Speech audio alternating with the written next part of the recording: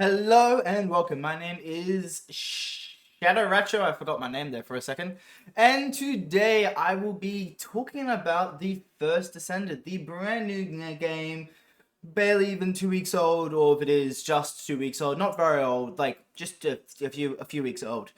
And I'll be talking about my very first impressions. And I want to make it clear that when I say very first impressions, I mean very first impressions. I currently have just over 10 hours in the game, like 10.4 hours in the game, something like that. So I'm still very new to the game and have not completed the main story. So a lot of the information I could be saying here, although I have tried my best to make sure it is entirely accurate, they could be incorrect because there could be systems to the game that I am yet to be introduced to that could then make the information I'm telling you incorrect. So if that is the case, I do apologize.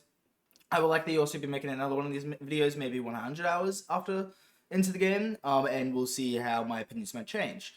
But I am not just going to be covering my opinions in the game, I will be directly comparing it to Warframe, a game that, if you follow my channel, you know I know quite a lot about. I have been playing Warframe for over 5 years, and I have over 1,600 hours. A lot of hours.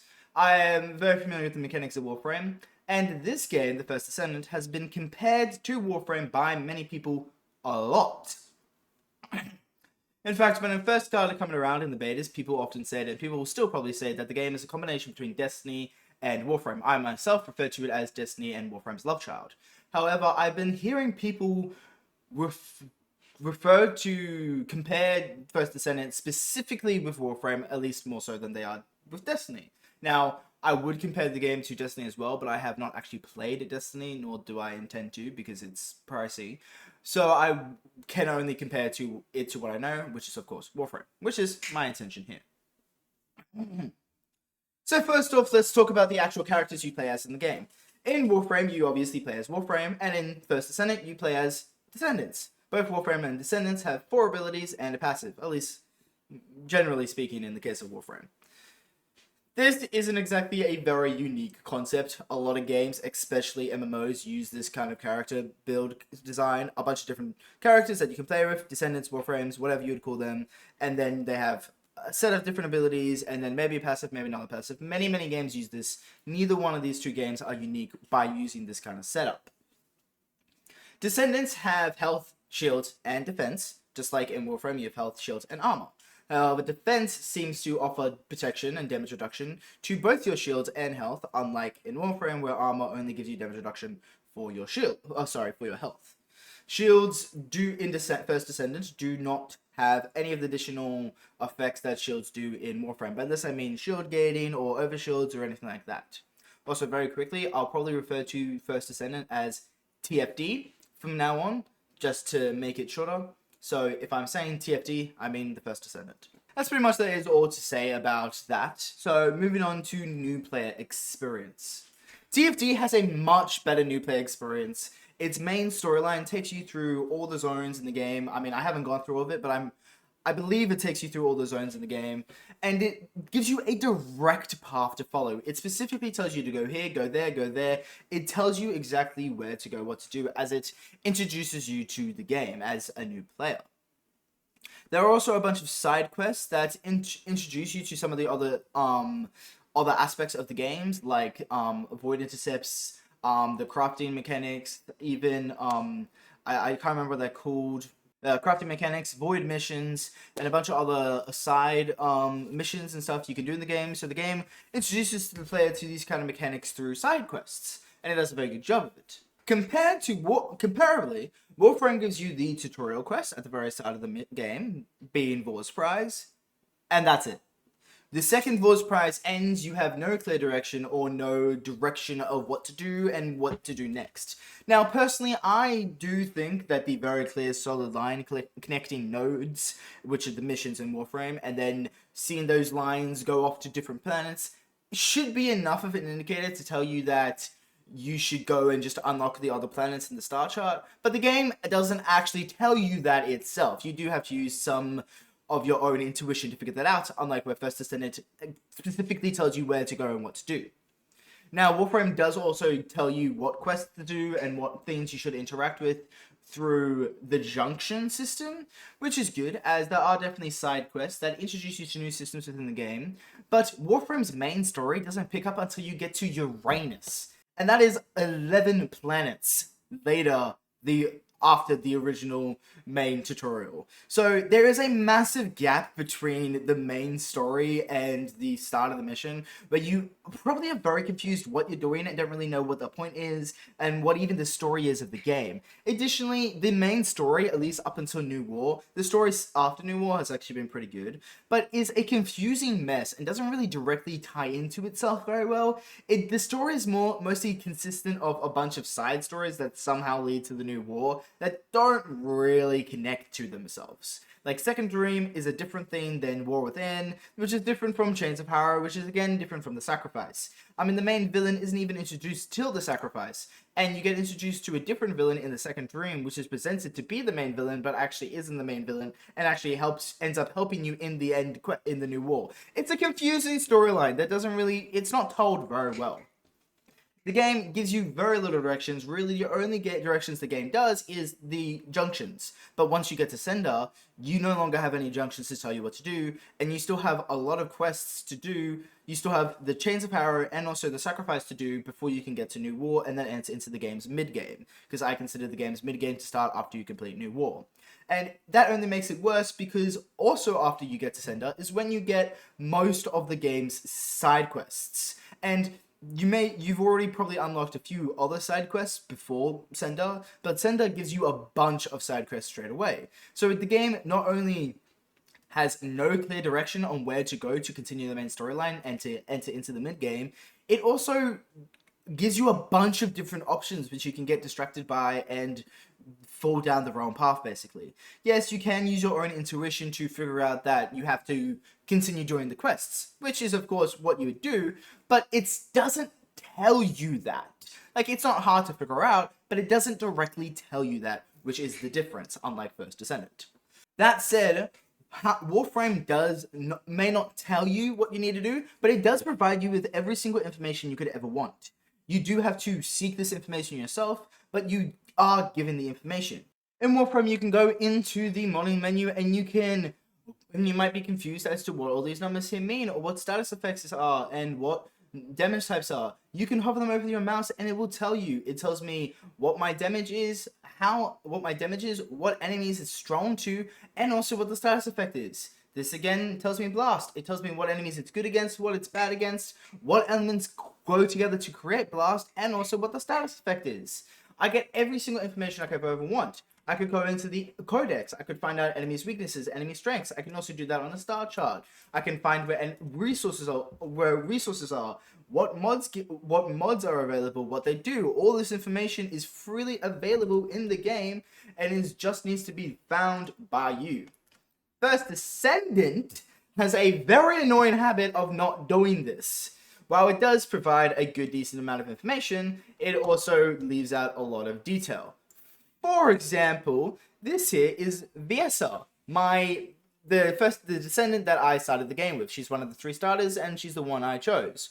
All of her abilities put something on enemies called Ice Shackles. And yes, her passive does have an effect based around Ice Shackles. But beyond the effect that the passive has based around inflicting enemies on Ice Shackles, I could not tell you what Ice Shackles are.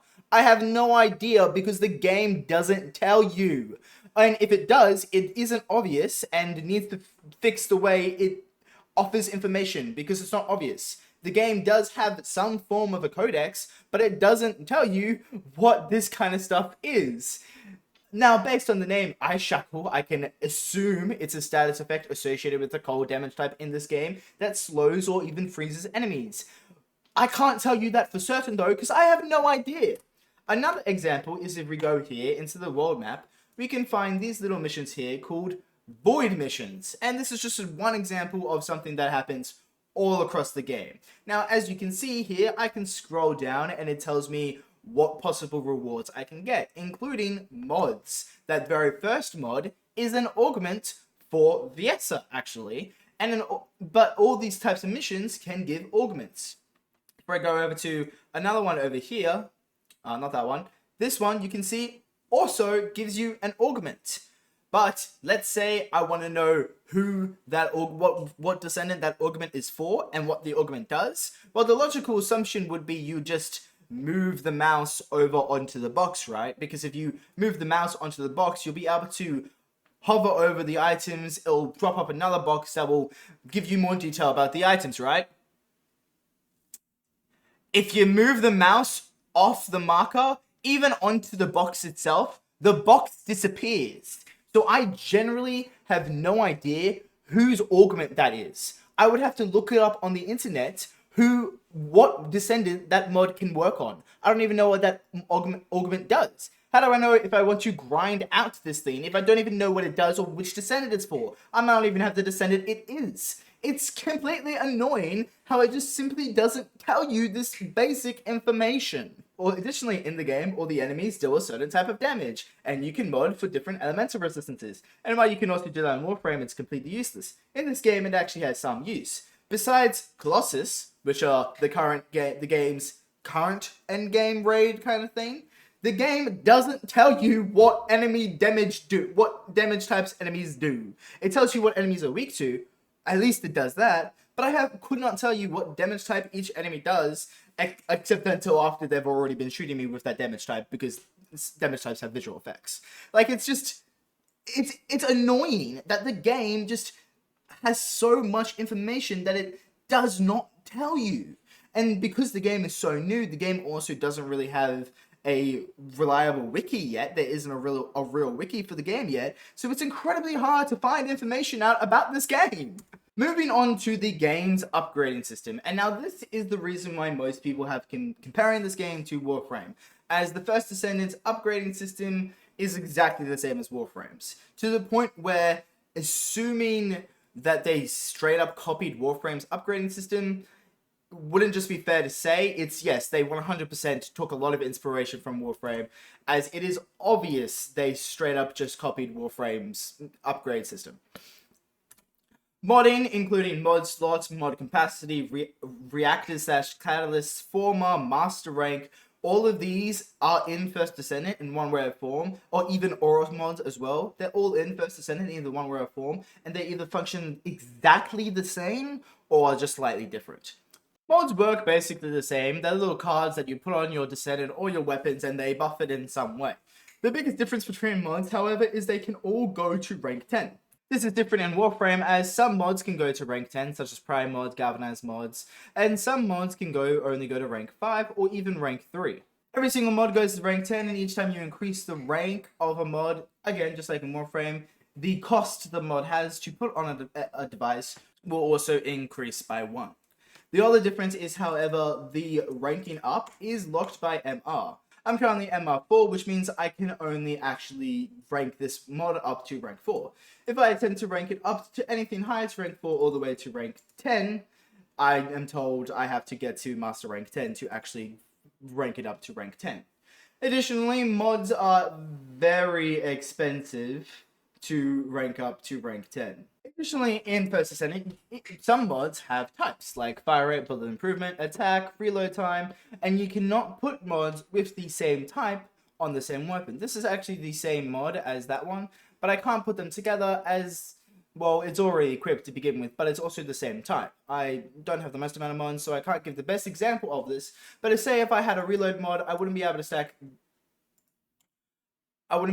this mod with another reload mod because they're the same types. I both like and dislike this feature. I like it for First Descendant as it makes modding less confusing, as it stops running into a lot of it stops, or at least it attempts to stop running into a lot of issues that mods in Warframe have, modding in Warframe has with a lot of the noob traps that Warframe has with modding, and also a lot of the misinformation about modding in general.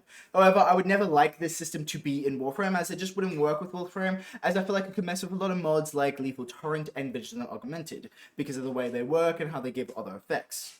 Next up, of course, we have Master Rank. Now, Master Rank works exactly the same in First Descendant as it does in Warframe. Each one of your weapons have proficiency, which is just their name for level. Weapons have proficiency, which is just their name for weapons, a level, and your Descendants themselves have a level.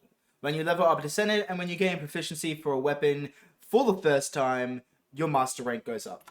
The only difference to master rank in First Descendant versus Warframe is you don't have to do a test like you have to do in Warframe to level up with a new master rank. Instead, in First Descendant, all you have to do is go over to this device, which is located here in Albion, and simply just interact with it, click rank up, and then if I was able to rank up, I would be able to click that button again. I would rank up to the next master rank and have a fun cutscene, and that's all you have to do. The proficiency for weapons and levels for Descendants will carry over to every additional copy of that Descendant or weapon you have. This means that because weapons do have levels, unlike Warframe, more similar to Destiny, if I have one weapon, I level up and gain proficiency with it, and then gain a higher level of that weapon will already be at the same proficiency that the other one was at, because it goes across all versions of that weapon. This is something I really wish was in Warframe, because it would just be a massive quality of life fix, as I could get one weapon, get rid of it, and then decide I want to get one weapon, master it, get rid of it, then decide I want to try out that weapon again, and it'll already be level 30 for me, instead of having to re-level it once again. Additionally, max Descendant weapon and also proficiency level for weapons is 40, not 30. Just like in Warframe, when you start off the game, you do have 8 mod slots for your weapons and Descendant. However, unlike Warframe, leveling up with Master Rank will increase the amount of slots you can have. At rank 4, we already get a 9th slot for Descendants, and by rank 10, you get the max amount of slots you can get on Descendants and weapons, which is 10. You'll see this is what it is at rank 10. You get 10 slots. And then if we go over to the highest rank you can currently be, which is Master Rank 30, you'll see that it is still at rank 10 slots. In addition to the normal mod sets you get on the Descendant, you also get 2 additional mods, one being your sub module and another one being your skill module. Sub-modules are basically this game's aura mod. They are mods that buff sub-attacks, sub-skills, which is this game's version of melee. They don't apply the buff to everyone in your team, as far as I know, unlike aura mods, but what they do is they increase your mod capacity instead of decreasing it, just like aura mods.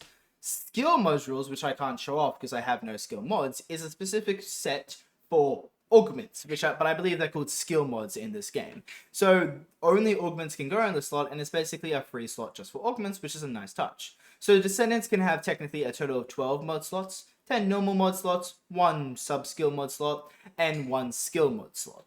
Now let's talk about the mod capacity on weapons and Descendants. For reference, in Warframe, the mod capacity on weapons and Warframe and other items is exactly equal to that weapon or to that item's level. This means that all items, with exceptions, can go to level 30. The max amount of mod capacity you can have on an item is 30. However, your master rank sets the base capacity that you get on items. This means that when you first pick up a new item, the mod capacity you have starting off will be equal to your master rank. You will then only gain additional mod capacity for that item once you level the weapon past your master rank. Meaning, if you were MR 15 and you got a new gun, that gun would start with 15 mod capacity. As you level the weapon up from 0 to 15, you wouldn't be gaining any mod capacity. But the second you level it up to 16 and further on, you'll gain 1 additional mod capacity each level. So once you get to level 20, the mod capacity will be at 20. But if it's at level 10, the mod capacity will be at 15 because that's what your MR is. This also means that once you get to MR 30, you'll be able to get new items with maxed mod capacity.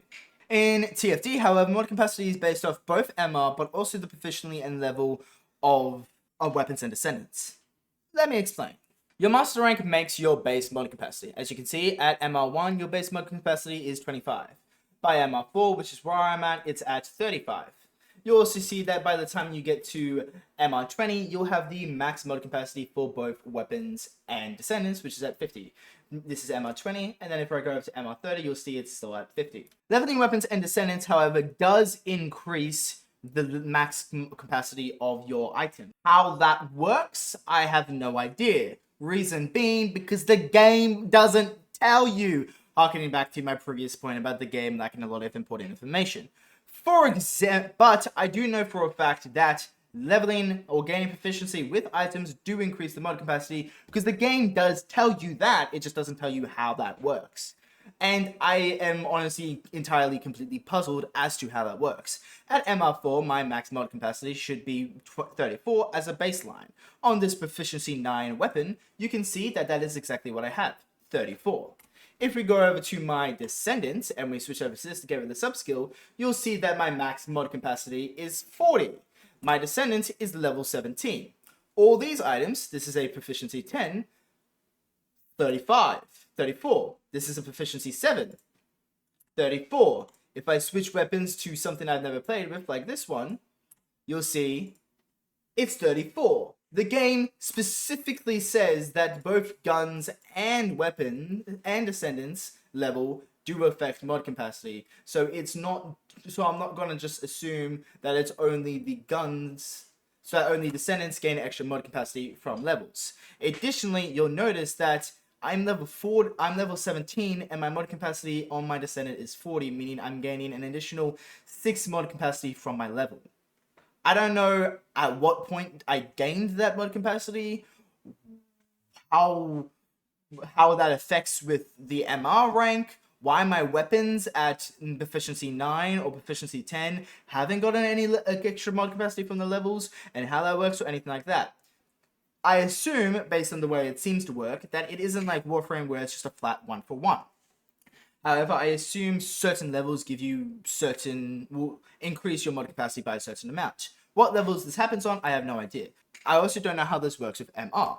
Is it that the game gives you a flat 50 mod capacity, and giving you increased MR doesn't increase your mod capacity, it just means you have the max mod capacity at a lower level on your weapons like it does in Warframe? Or at max mod capacity from your MR, is it that I get 50 from my MR, and then I also get on top of that the extra mod capacity I get from my Descendants or weapons? Again, I have no idea because the game doesn't tell you. Moving on, energy activators are this game's version of Warframe reactors as catalysts. They do basically the exact same thing, but they work tiny bit different in functionality. Where Warframe catalysts and reactors simply just double your mod capacity. This means when you have a fully maxed out gun, your mod capacity will go up to 60. Energy activators just simply increase your mod capacity by a flat 30. This means with the base 50% from the max amount of mod capacity you get from MR, you'd go up to 80. Module stocks in TFD is this game's version of polarity. It works effectively the exact same thing, it's just called something different. Each mod has some form of stock, and if you match it with the stock on the module, the capacity of that mod will be halved. Pretty simply.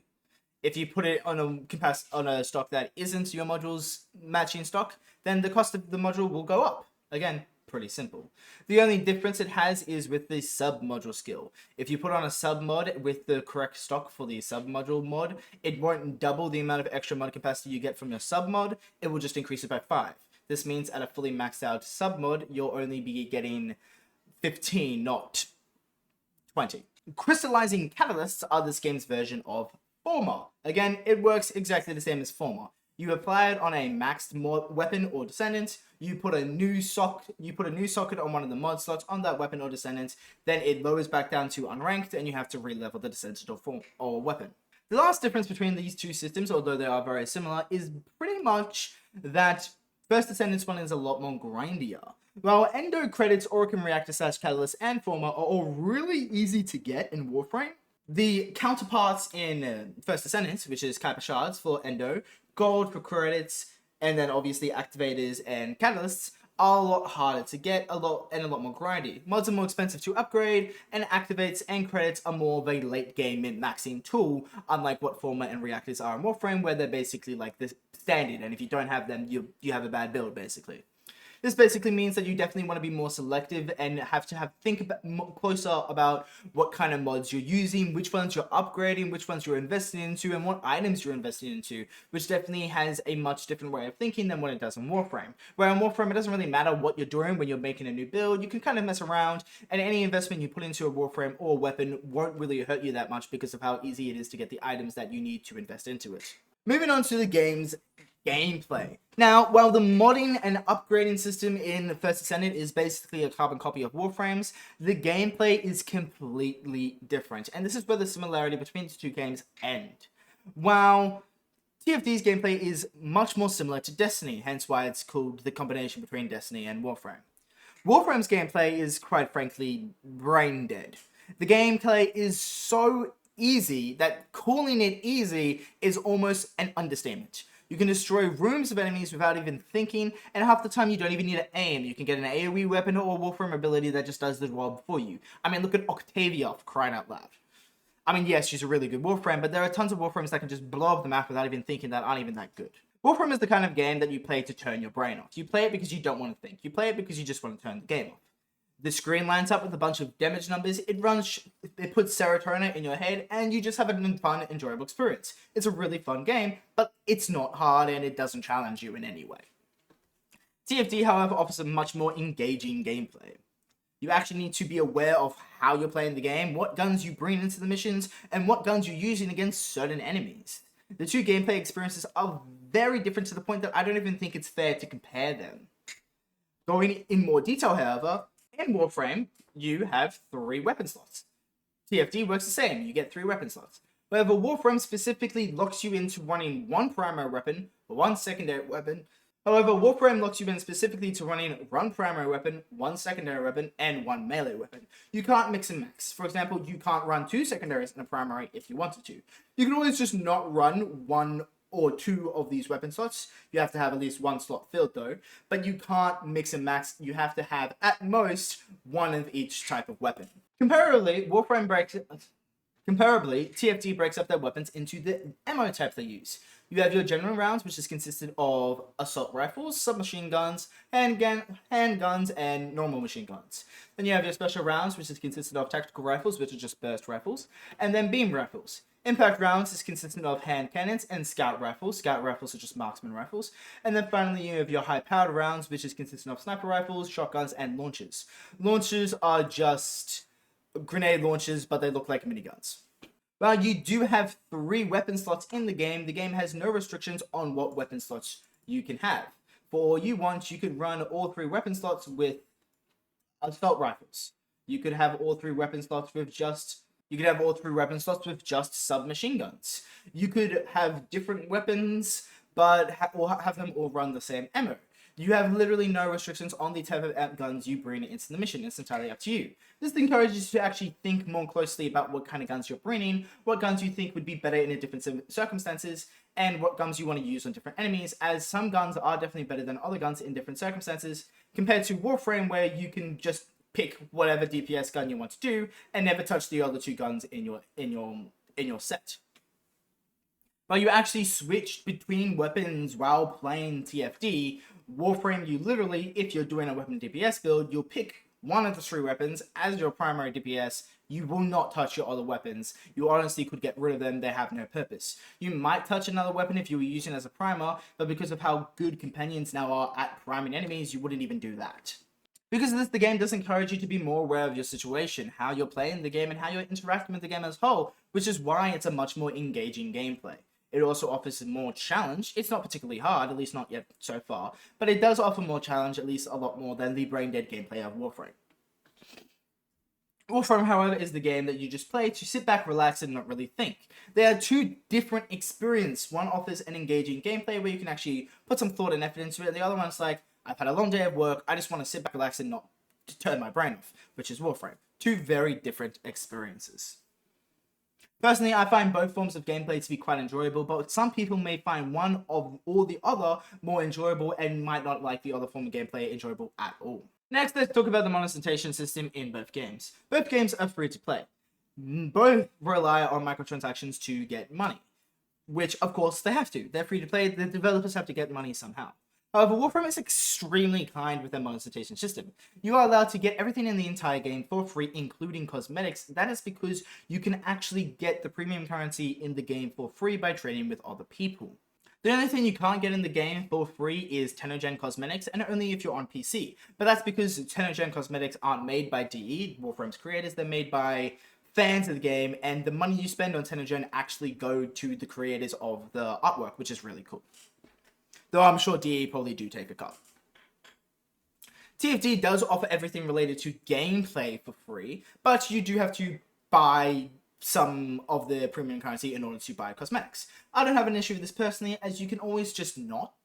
You have nothing forces you to get cosmetics in this game. You have no reason. You're not forced to buy any premium currency. It's not like in Destiny where you're forced to buy a DLC just to have access to different items in the game. Everything in the game is free that is actually related to gameplay. That said, while you can always just not buy the cosmetics or use any of the premium currency in TFD, the pricing of TFD's premium currency is ridiculous. Let's use the example of buying a Prime Warframe versus buying an Ultimate Descendant, which is TFD's version of a Prime Warframe. You can't actually buy Prime Warframes, excluding Prime Access, of course, but what you can do is you can buy the blueprints for Prime Warframes off other players. Normally, Prime Warframes go for around about $100. Normally they go for about 100 platinum, 120 platinum, 80 platinum, 60 platinum. They definitely range, but at most you're looking at around $6 real life. And I am using my own currency. I'm Australian, so my currency is AUD. So whatever country you live in, the pricing will obviously vary, but around about $6 to $7 for me at least, for a Prime Warframe. In TFD, Ultimate Descendants cost around 30,000 caliber. Now, how much does it cost to gain? 3,000 caliber. So how much does it cost to gain 3,000 caliber? Well, if we go into this menu right here, we'll see that buying 1,000 caliber is $30. This means if I wanted to buy an Ultimate Descendant, it's $90. That is a ridiculous price. To continue on, we also have our support material down here. If we scroll down, we'll see the pricing of a energy activator, which again is a Orokin reactor or Orokin catalyst. Orokin reactors and catalysts cost 20 platinum. You can buy 170 platinum from Warframe for $6. So you can buy 8 Orokin reactors or catalysts for $6 in Warframe. Meanwhile, I will be paying $30 to get 1,000 caliber, and I still won't have enough caliber to buy one activator. The activators cost more than $30 each. At least catalysts are a bit cheaper, but they're still ridiculously expensive considering they're $30, while in Warframe you get 3 former for 35 platinum. It is insane how expensive the monetization system of this game is. Yes, you could always just not interact with it, as you can get both activators and catalysts free, but the grind in First Descendant is definitely a lot harder than it is in Warframe. And I know the feeling of you've been unlucky with RNG and you've spent hours just trying to get one item, so you give up, decide to buy the premium currency, and buy it in the game. I know that feeling. I've definitely done in Warframe. But if I come to that feeling in First Descendant, I realize I don't want to do this grind anymore, I'm giving up and I'm spending money on the game to get it, I'm gonna realize how expensive caliber is in the game and be like, no, I'm not buying that, I'm just gonna stop playing the game. Which is of course the opposite of what Nexon, the creators of First Descendant, want. On the subject of the grind in the game, yes, First Descendant is a lot more grindy than Warframe, but I actually do see this as a good thing. Let me explain Warframe's grind and the issue with it currently. Warframe has a very easy grind, and in the past there have been hard grinds, like Necromex, and people complained about them, and DE nerfed it. And people complained about the nerfed grind, so DE nerfed it. And people complained about the nerfed grind, so DE nerfed it. Eventually, Necromex got to a place where it was honestly a pretty easy grind. You just needed to use a little brain power, look up a few things to make the grind easy, and you could do it really easily. But people still complained about it, and guess what? DE has nerfed it once again. The grind, people continuously complain about any potentially difficult grind in the game, and it just gets easier and easier and easier, and people just continue to complain. Additionally, most of the new content that has been introduced to the game for the last 2 years or so have come with pity system. This means that all of the new Warframes, weapons, arcanes, and stuff like that have been introduced in these new contents, you can just also buy from a pity system that is completely free by just doing the mission that also has the RNG to get that drop. Meaning if you get completely unlucky with the RNG, you can just rely on the pity system. The grind in Warframe is incredibly easy. This is nice, as it, again, relates to a much more chill and relaxed gameplay, which is what Warframe is all about. However, it does lead to the issue of the fact that Warframe is starving for late game content. There's literally no content in the late game besides do this as Still Path Star Chart. That's it. All the other content in the late game is just min-maxing stuff. Whether it be getting Archon shards, whether it be getting the best weapons in the game through the circuit as the Circuit and Cardinals are the best weapons in the game right now, or whether it be doing things like Profit Taker for credits, or Eidolons for arcane slash focus to level up your focus skills. All of it is just related around min-maxing items. And that's totally fine. Min-maxing is a totally okay and good even form of late game content. The issue with Warframe is, however, there is no reason to min-max your gear, because there's no content that's actually challenging to the point that you would need to min-max your gear. You can have a half-decent build and still wipe out 99% of the game's content. Unless you're going to endurance runs, which the game gives you no reason to do. Only reason why people do endurance runs and go to level cap is because they're bored and have nothing better to do. Unless you're doing that, you have no reason to actually min-max. In fact, the game's grind is so easy that Archon Shards, which are the game's main late game grind through the weeklies that you can get, are now so readily available you can literally stop doing the game's weeklies, the only late game content the game has, for months at a time. I know this for a fact because I did it for almost 3 months, and this is my Archon Shard storage after almost 3 months of not doing any of the Archon Shard content. And this is how many Archon Shards I have left. The last 2 weeks, I have gotten back into doing the weeklies because I'm running low on blue shards and now also yellow shards. But look how many red shards I have still. It is ridiculous. The game offers at most 10 Archon shards per week now. You might not be likely to get all 10, but you are definitely likely to get close to that number, and the game does offer you a guaranteed 2. Last week, I got all 10 possible Archon shards. This week, I got 9 of the 10 possible Archon shards. You get a ridiculously high amount of Archon shards that you can just completely ignore any of the weeklies in this game, and then when you do ignore the weeklies in this game, you're suddenly left with no late game content. This is why so many people have found their own form of an endgame, as Warframe doesn't have any endgame, whether it be through Fashion Frame, grinding up plat, doing trading in order to get free platinum, to get different cosmetics for Fashion Frame, or maybe you just want to get every cosmetic in the game for completionist sake, or maybe you just want to grind out as many plat as you can and create stockpiles of platinum, as people have definitely done, or maybe instead you want to just play around with the game's mechanics and make fun and interesting builds, and then test those mechanics on level cap maybe, or maybe even make a YouTube channel showcasing those builds to other people. Yeah, I wonder who does that one. Weird. Personally, Warframe to me has become a sandbox game. The way I play the game is I play around with different builds and I just have fun with it. It doesn't really have any actual engaging content. It really is just a sandbox, and then I grind for the items I don't already have to further enjoy that sandbox experience. Most of late game content in TOD, at least as far as I know, as I'm not up to late game content, but I have seen videos on it and I'm basing it off what I'm about to say based off those other videos, does seem to be about min-maxing and getting stuff like the the energy activators and the catalysts, and also upgrading mods, and being able to min-max your whole setup, getting reactors, getting the augments, making better builds, and all that stuff. However, unlike Warframe, TFD does actually encourage you to min-max items, as there's actually somewhat, at least some challenging content in the game. You have the Colossi, which currently fits the endgame void the game has, but the devs have already announced that Colossi are not the intended final endgame, and they have plans to introduce a more endgame, harder, raid-like content in the game. So the game does actually encourage you to min-max, and because the grind in TFD is harder, it also means you have a lot more longevity in the game. I can't go into TFD, do a bit of grinding for a few weeks, and then never touch the weeklies again for 2 months and still have a stockpile of Archon shards, because the grind is a lot more difficult than that. This means that TFD does have a lot more longevity and has a lot more late game content than Warframe does. So if you're looking for a game like that, I would recommend TFD. Now, my final thoughts. Overall, I don't really think these games should be compared, mostly because I believe the heart and soul of a game is the gameplay. Because when it breaks down to it, if you're going to enjoy a game or not enjoy the game, it's going to be because of the gameplay. Anything in addition to the gameplay, like the upgrading system and all that stuff, is just an extra bonus on top of the gameplay. But even if you have a really good upgrading system but terrible gameplay, you're still not going to like the game. And since the gameplay of the two games is so different, I don't think it's fair to compare these two games as they are so different. I have seen Warframe players hop over to TFD to try it because they're told it's similar to Warframe, and then they've come to me say stuff like, TFD is just a shit Warframe.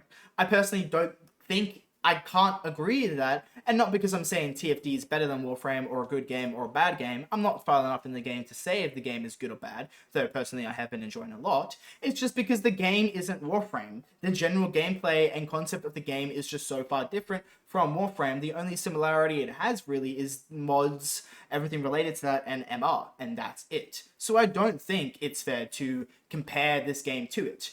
So if you are a Warframe player wanting to try TFD because you've been told it's similar, don't expect TFD to be Warframe, because it's not. And if you do expect TFD to be Warframe, you'll probably be disappointed in what you get. Likewise, if you're a TFT player and decided to jump over to Warframe because you were told it's similar, and maybe you're sick of the monetization system and the microtransactions in TFT, which I have already seen happen after like 2 weeks, we're already getting refugees from TFT coming to Warframe.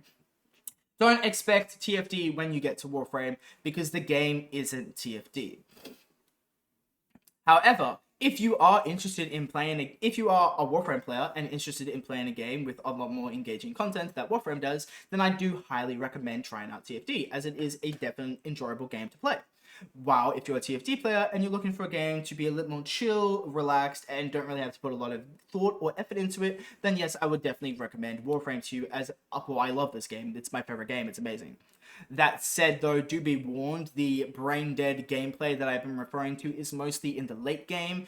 Earlier on, you will not have access to it because you won't have the items to make the builds you need to just make the game brain dead easy. And that said, even late game players still don't have access to this brain dead easy gameplay, but that's just because a lot of late game players refuse to actually learn how to mod and never actually do learn how to mod, and make the game harder for themselves by making hard builds. The game has a massive learning curve. Warframe has a gigantic learning curve, but once you actually get over that learning curve, the game becomes brain dead easy. But you do have to get over it first to get to that stage. Anyway, that is all I have to say on TFT. I have definitely been really enjoying it, and it's definitely a very fun game, and I intend to be playing it a lot more. If you did like this video, go check out some of my videos. I have a bunch of Warframe videos and build videos, and although I probably won't be doing too many TFT videos on this channel, I may make some builds for TFT here and there. I do want to keep the channel mostly Warframe related, but I am posting my stream VODs of my TFT gameplays over on my Let's Play channel, so if you want to check that out, do that. Or, better yet, you can join me on my Twitch and just watch me stream TFT. Anyway, until then, and all that information, of course, is in the description. Anyway, until then, I'll see you next time. Bye-bye!